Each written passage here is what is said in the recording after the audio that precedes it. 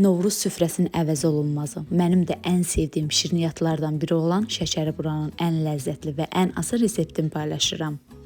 Ağızda ovulan şəkəri buranın xəmiri üçün qaba 1 kilo ələnmiş un, üzərinə 1 ədəd vanilin, 1 çay qaşığı şəkəri, 1 çay qaşığı duzu əlavə edib qarışdırırıq.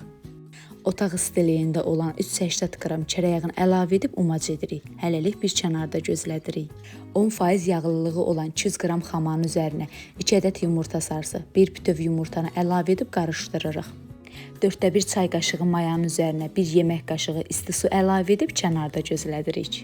Umacın üzərinə əvvəlcədən hazırladığımız xama ilə yumurtanı, aktivləşmiş mayanı, 1 armud stəkanından biraz az südü əlavə edib xəmiri yoğururuq. Xəmiri yarım saat gözlədib bu arada içliyi hazırlayırıq. Şəkəri buranın içliyi üçün bizə lazım olacaq 500 qram qovrulmuş fındıq. Fındığı blenderdən keçirdirik. 500 qram fındığa 400 qram şəkər əlavə edib üzərinə 1 çay qaşığı dolu olacaq şəkildə hil əlavə edib qarışdırırıq. İçliyi bir kənarda gözlədirik. Yarım saat gözlətdiyim xəmiri dəzgaha alıram. Xəmiri ortadan 4 hissəyə ayırıram. Xəmirə uzunsov forma verib mandalin böyüklüyündə kündələrə ayırıram. Şəkəri buranın xəmiri 40 qramdan olmalıdır. Mən də hər birini çəkib 40 qram olaraq əlimlə yuvarlayıb kündələrə qoyuram. Ardınca kündələdiyim xəmirləri 5-5 olaraq açıb üst-üstə yığıram. Xəmir o qədər qəşəng, o qədər ətirlidir ki, hazırladığım zaman zövq alıram. İndi isə şəkəri buraların için doldururam.